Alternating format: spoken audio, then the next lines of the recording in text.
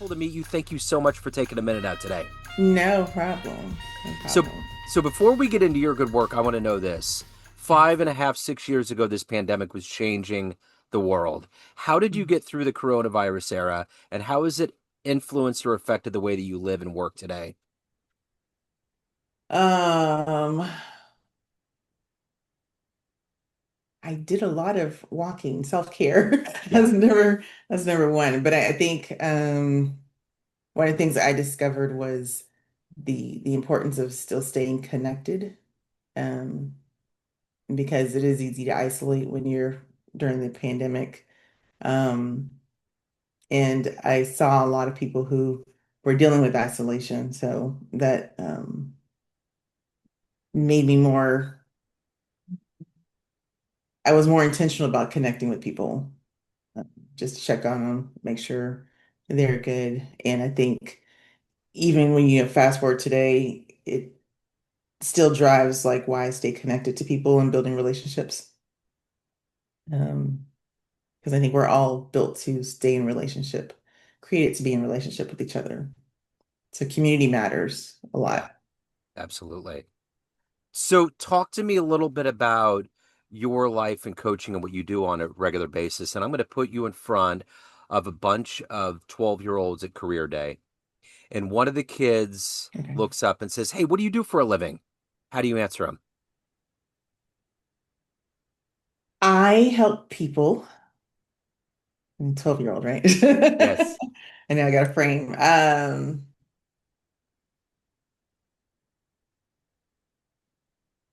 I help people who are, I help people take care of themselves better, because they take care of other people. So just like your mom or your dad takes care of you, and then they're taking care of their parents and their, coworkers, they get a little stressed out. And so I help them regulate their emotions. That's not a 12-year-old. I help them better take care of themselves, keeping their emotions at a in a good place. So, what did you want to be when you were that age? What was your dream career? I wanted to be an accountant. Did you do When I that? was 12, I was like, I wanted to be an accountant. I always had I was just really good with numbers. I memorized all my family's social security numbers, and if I saw a date, if I saw a number like one or two times, it was almost like photographic memory. And so I did not actually become a CPA proper, but I ended up going to the Air Force as a financial management officer. And so I did do numbers for Okay. 20 years. So, talk to me a little bit about growing up. What were these early seeds that were planted that made you get into accounting, get into the military, get into coaching? How did all of those seeds get planted to evolve into who you are today? Well, I mean, my dad and my mom were not in those fields, of course, but I think my parents just noticed I had a gift of memorizing numbers, and I guess I prided myself at doing that, being able to be a human calculator, I call it, with my mom when she would go shopping. She'd be like, "What's 35% off of this?" or "What's 40% off of that?" And then as I moved on and I started, my fascination with numbers was because numbers tell a story. Um, and so when I was thinking about I wanted to be a CPA, it was initially to help a business stay in business, by looking at all the numbers and all the different, you know, income, expenses, all the different categories. And then as I got into the Air Force, that still happened. So that's all I did actually for 20 years is I would get a budget and I had to learn the different organizations on the base. I had to learn their story because I had to convey their story to the top leader on the base. So I guess I was considered like a CFO, but I have to be able to tell the story. So the number isn't just the number, it's what's behind the number. And that's fascinating. That was fascinating to me. And I think as I got into coaching, it just makes, I've always been like, what's the deeper level? What's below the surface, right? So just like what's behind the number? What's the story behind the number?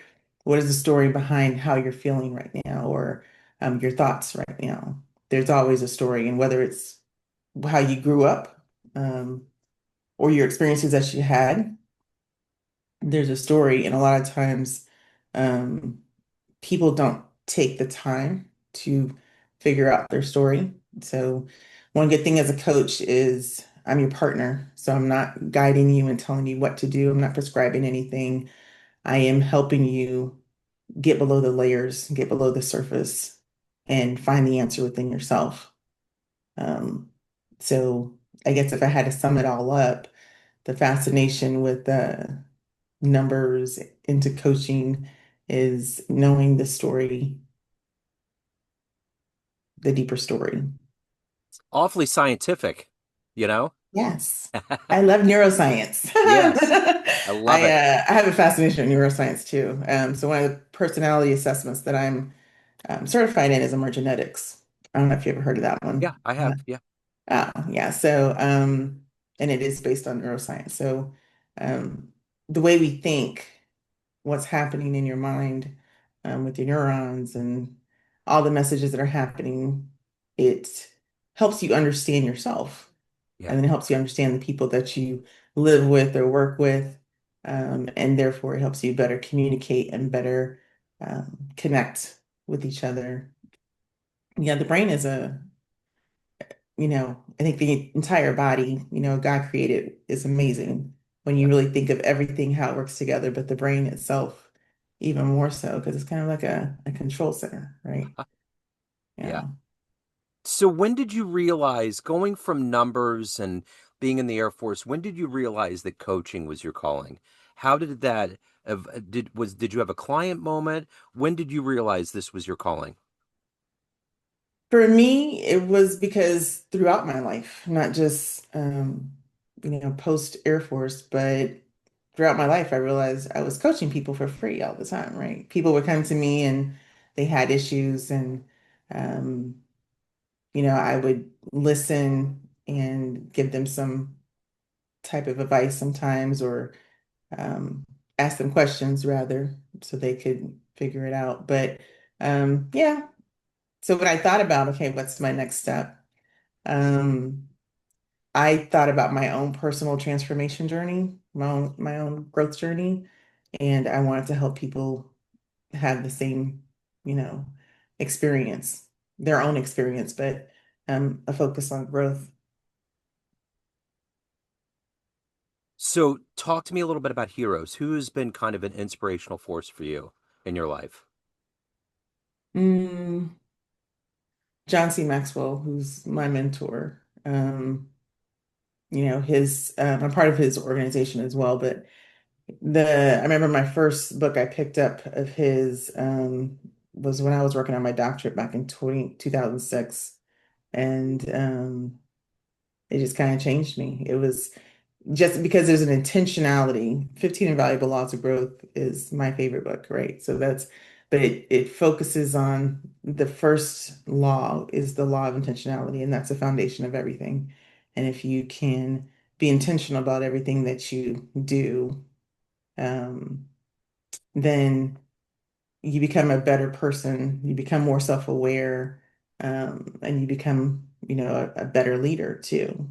My focus is in my business for women in particular is self-leadership,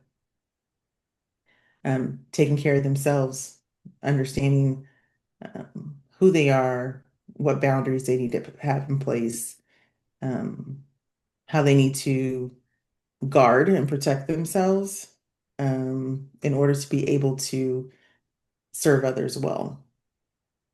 So a lot of times I have found in talking to people,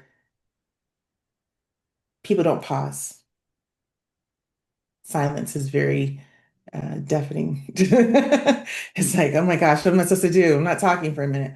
Yeah, but it's you're taking that time to reflect and really think about, what is it that I want or that I need, or who am I? Um, that's a journey that unfortunately a lot of people don't take the time to take. So, speaking of protecting yourself, you have to get into some heavy things in coaching. How do you Mm. protect yourself and then maintain a level of integrity to do the best job you can for your clients? And then also nurture your own soul and take care of yourself. What is that every day when the alarm clock goes off that gives you that energy to do that? Honestly, every day I wake up in gratitude, for the opportunity to help people. And when I'm coaching, I'm not so emotionally, I think when counseling versus coaching or coaching versus counseling, it's a little bit heavier to me on the counseling side. But for coaching, even if there is an emotional topic, you just have to still, you can be empathetic, but your goal is to help them find their answer, right? And so it does take a lot out of you. Though, and so like for me, my recharge is I'm a introvert, so I prefer introversion. So I just kind of sit for a few minutes, and just kind of quiet myself. um, I pray for my clients, whether they're people of faith or not. I just send prayers, positive thoughts their way, especially if I know they're dealing with a certain situation, whether it's with family or their career. So it's just kind of taking a moment so I'm not getting overwhelmed with everything that they're sharing with me. So, when you think about the word retirement, we get stuck in our careers, not Mhm. stuck, but we're so mired in what we're doing day to day. What does that word, that big word in the sky, retirement, mean for you? I don't like that word. I I don't don't like either. that word. Because when I think of retirement, I think of a retirement home and, where people just are there and I'd say they're not doing anything, but they don't feel like, to me, when I've visited, it's not like they feel like they're doing anything. I guess some people in retirement home are very active still, and that's great. But I don't know. I just don't think, I feel like retirement that's an end, and there's always a what's next. Even if you're not working for a wage, you are serving in some capacity. I think there's always opportunity to serve.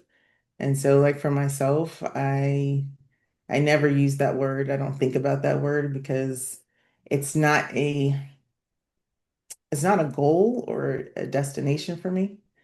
Um, I'm going to keep helping people as long as I'm living. So I don't think of retirement. Yeah, I get it. So let me ask you this. If you were to have a dream tonight and you ran Mhm. into the 18-year-old version of you and you had a big book in your hands and it was the book of your life so far and you handed it over and said, this is how your life has turned out so far, would that young version of you believe it?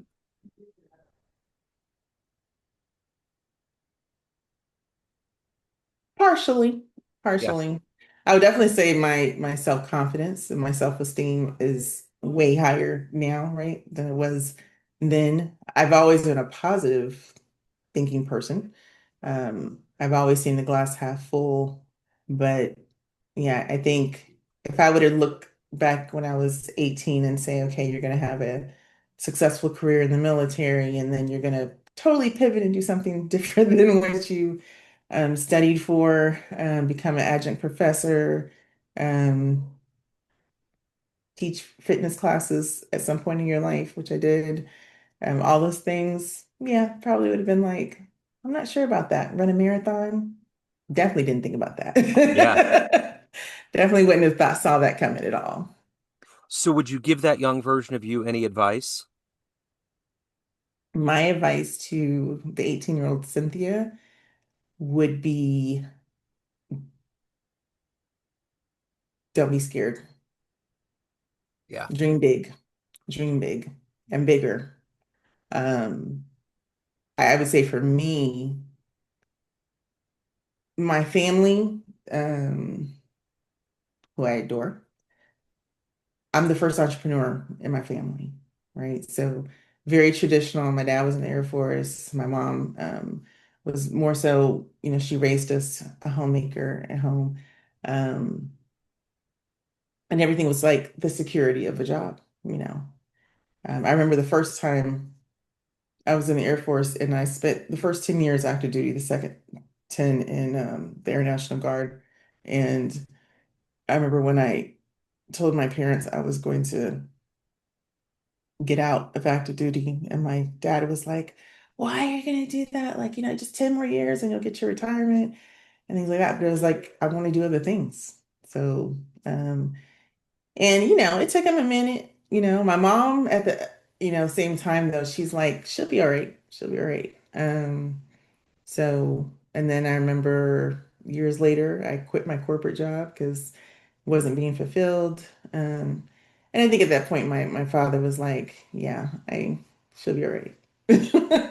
She'll be all right." So, I think the environment I up in was just, the traditional, get a job, go to college, get a job, work till you're 65, and then retire. Yep. Mhm. Yeah. And I just always knew there was more for me, Yeah. or something else I wanted to do. For me, I always, when I grew up, I always enjoyed helping people, even if it was the older, man or the older woman at church or whatever, helping them pick up something or get across the room or whatever. That was something very, just a natural thing for me. Um, and so helping people has been what I have done throughout my life, is helping them in some, capacity. So yeah.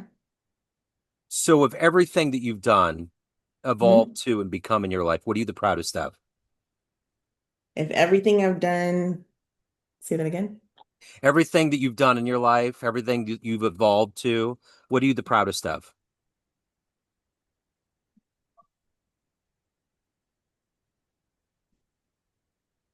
I am missing that last thing you're saying, the private stuff. No, what are you the proudest of Oh, everything the that you've done proudest in your stuff. So life? sorry. Yeah. Yeah, you're fine. Right here. Mm, so many things, so many things. Um, I am proudest of,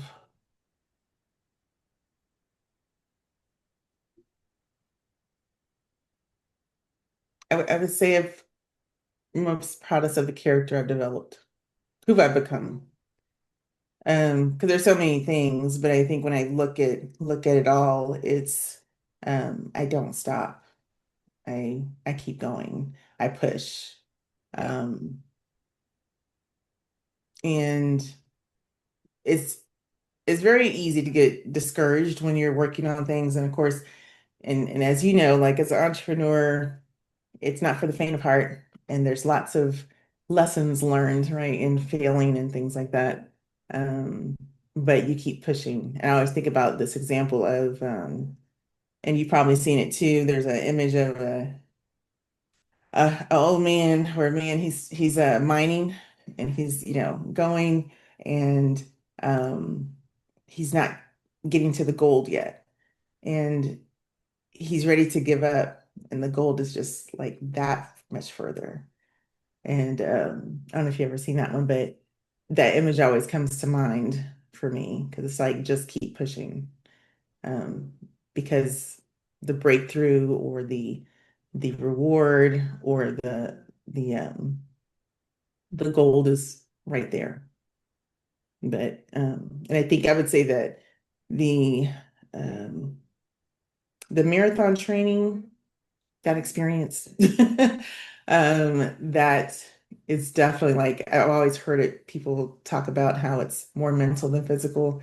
And yes, experiencing that myself, because you feel a lot of different emotions, and a lot of, physical things while you're running, even throughout your training. But that particular race, when you're running, there are times where you have to talk yourself, and to keep going. Just keep it moving because obviously there's a physical finish line, which, 26.2, get there, Yep. but you will find yourself um adjusting, maybe having to stop and walk for a little bit, picking up the pace, slowing it down, a lot of self-talk, just keep going, shake it off, take some gummies, drink some water, Gatorade, whatever tool you got to use, pickle juice, that's another thing that you have to do because you'll start cramping. Your body will tell you this hurts, Yeah. this is hard. Um, but I don't know anything that I've ever achieved that was not, Yeah, right? Not any good thing. Everything is hard. And I for think it's sure. supposed to be hard because that's what builds your character. If everything was easy, Yep. that'd be kind of boring. It would be. It certainly would be. So if anybody's ready to take that next step in their lives, they want to reach out, they want to hire you, they have questions, any of the good business, where do they go? They go to my website, www.uncagedsolutions.com, and they can click on exploratory call to set up some time to connect with me and start their journey. You can also find me on social media, right? Like in LinkedIn and Instagram, Facebook, uh, YouTube. But yeah, if they definitely want to connect, they'll definitely hit the website. I love it. I will put all these links in the show notes. Dr. Coy, thank you so much for your time, for your story. I really appreciate it. Best of luck with Oh, everything. thank you, Joe. Thank you.